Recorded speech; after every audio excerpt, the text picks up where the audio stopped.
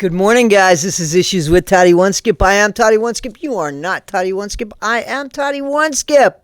What's going on? What's going on? What are you eating? What are you drinking? Where are you this time of day? What time of day is it where you're at? What part of the world? What's going on? At 9:20 Eastern Standard Time today, Sunday, October 6th, we're going to go live just to say hey, catch up. Do our weekly catch-up. I try to do them every week for everybody, just to say hey and see what's going on and stuff like that. And, so 9:20 in the morning. See you there. If I'm awake. If I'm not awake, let me know. Guys, seriously, you know who I want to talk about? Gypsy. You know why? Because her cellmates, the people that, honestly, in my opinion, the people that know her the most are her cellmates. And the reason is because you are in a certain culture when you're incarcerated. How do I know this? Because I used to work in the jails. You guys know that. I've shared that with you. There's a whole culture of how to get along in the jail, how to stay on the right side of the law, how to stay on the wrong side of the law without getting caught, to know if something's worth getting caught, if not. Guys, it is trial and error until you get it down to a science while you're in jail or prison. So Gypsy, or Gyp, she made some really what the inmates considered great friends until, Gypsy was released. Not when they were released. When they were released and Gypsy was still in jail, great friends. The minute Gypsy's released, they no longer hear from Gypsy. Gypsy says, who, you? Want nothing to do with you. Now, there are people that get out of prison and act like they've never been there. Act like that was nothing to do with them. My dad was like that until the last time that he got locked up, and then he was humbled. But Gypsy, we know she's been in prison. We know that because she says that, and we know that. We have watched this case. So for Gypsy to treat the inmates, her friends, the people that taught her how to survive in there, the people she leaned on, people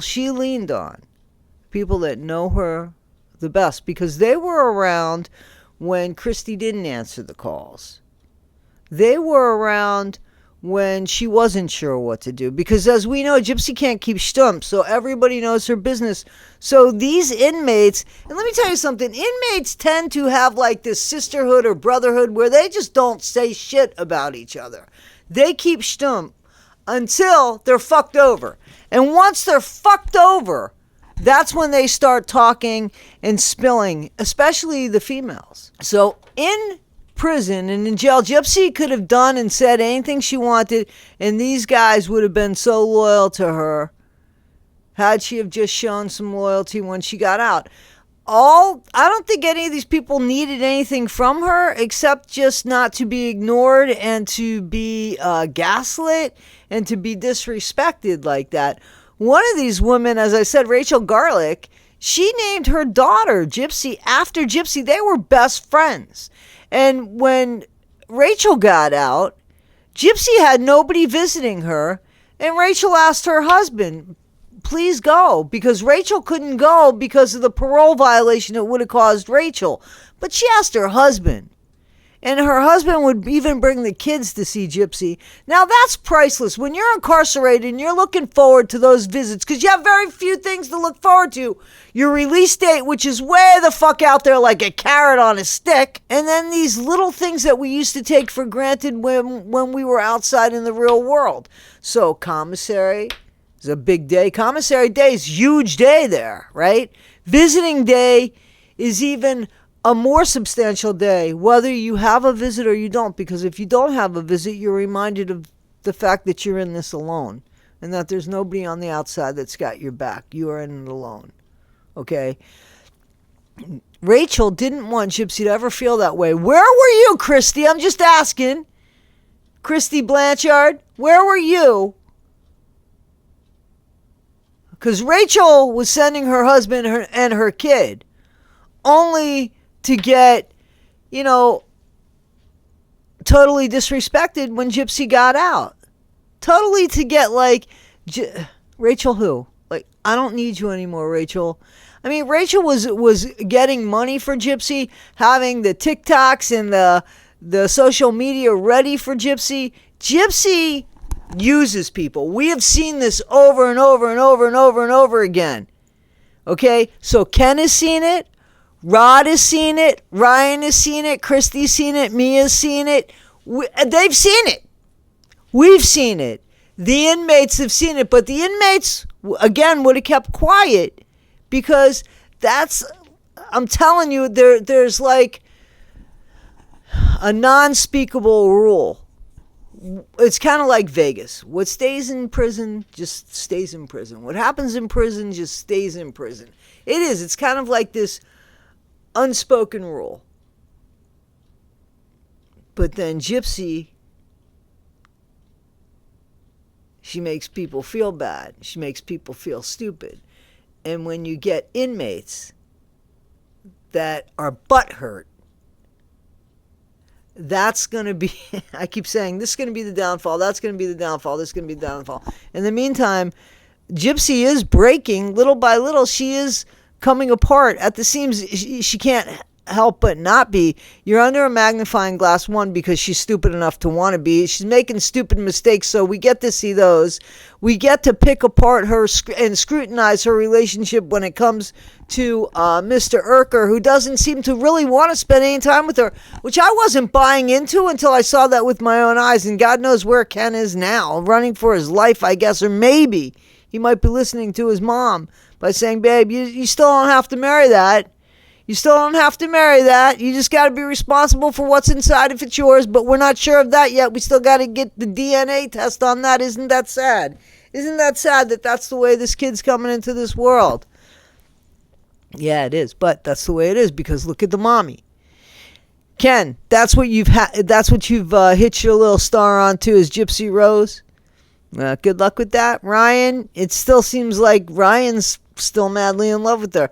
The inmates who know her, again, know her better than Ryan. Ryan could say, oh, I know her better. No. Ryan, you don't, because when she hung up with you, she was telling them, I'm only with him for the address. See, they knew that. So don't tell me. You gotta admit, Ryan, you were in love with an idea. And your idea of who you thought Gypsy was. She might have told you she was that person. She was never the person that you fell in love with. The person you fell in love with, fictitious character, doesn't exist. You saw glimpses of it because on occasion she was a decent actress. That was it. I hate to tell you, but that's the truth. Ken, you're getting the same thing. You really are getting the same thing. She can say she's in love with you, and she can mean it until something happens, and then she just on a dime. There is no kind of deep-seated connection. Be careful with that kid, because you see how she just gave away after 10 years of being incarcerated with these women. Buddies, sharing tampons, sharing food, sharing stories, sharing secrets, sharing money, sharing cereal, sharing all that shit, sharing a bed, sharing all that shit. And she leaves them fucking hanging. So much so that they got to get out on social media and tell the world how bad Gypsy is. You know, everybody's duped by Gypsy. Something they usually don't say. They usually don't say about anybody. But they're speaking about Gypsy because they see her for who she is, and they're pissed at who she is. Because nobody's caught on, and she keeps doing the same thing over and over and over and over and over and over and over and over again. So if all these inmates are saying, hey, she knew the whole time she could walk, she knew what she was doing with Nick, because that's something that all these inmates have in common. The true story of what happened and the fact that Gypsy knew it all, she masterminded it all, she planned the whole fucking thing, and she has no remorse. And that's Gypsy Rose Blanchard. Somebody sent me a clip of Gypsy talking to Kim Kardashian. And this is for you, Kim. Gypsy lied straight to your face. Straight to your face. Because all you got to do is fly a kite and you can go to mental health. I did it. and just for being afraid of mustard. Put me on a lie detector test. I want somebody to put me on a lie detector test. Seriously, because she told me she did not need help. That she's fine. That's not true. At all. You can get help in prison. And especially the prison that we went to, because I'm doing good. I took prison for what it was, and I did good. It teaches you stability. She even got in trouble for tricking men while she was there. Did a few other videos about Gypsy as well, and her message in all of the videos seemed to be the same. Gypsy could make a difference if she would speak for those who don't have a voice, if she would just start advocating like she said she was going to do when she got out of prison. She never comes across as mean-spirited or nasty or anything in her videos. Nadatha claims that Gypsy sent her this message. The message says, "Hey, so I know you've been making videos about me and you're just mad because I got out and blew up and you didn't. I'm not going to write a lot on here so you can use it against me, but whatever friendship we had is dead and what I do with my life is my business." Okay, so I had first thought about making this video last night, but I decided that I needed to sit on it for a minute. The only thing I wanted for you, Gypsy, was nothing negative, nothing bad. It was just for you to use your platform for good. This will actually be my last Gypsy video because after this, it's a waste of my time. And let the inmates tell their stories. Let the inmates write their book. Please let them write their book. I will help you proofread the shit, and I'm a writer, guys. Guys, this is Issues with Toddy One Skip. Would you read the book? I'd read the book because let me tell you something. Inmates don't lie about shit like that. They lie about not getting enough in their commissary. They lie about their food tray being knocked over to get another one. But they don't lie about this shit.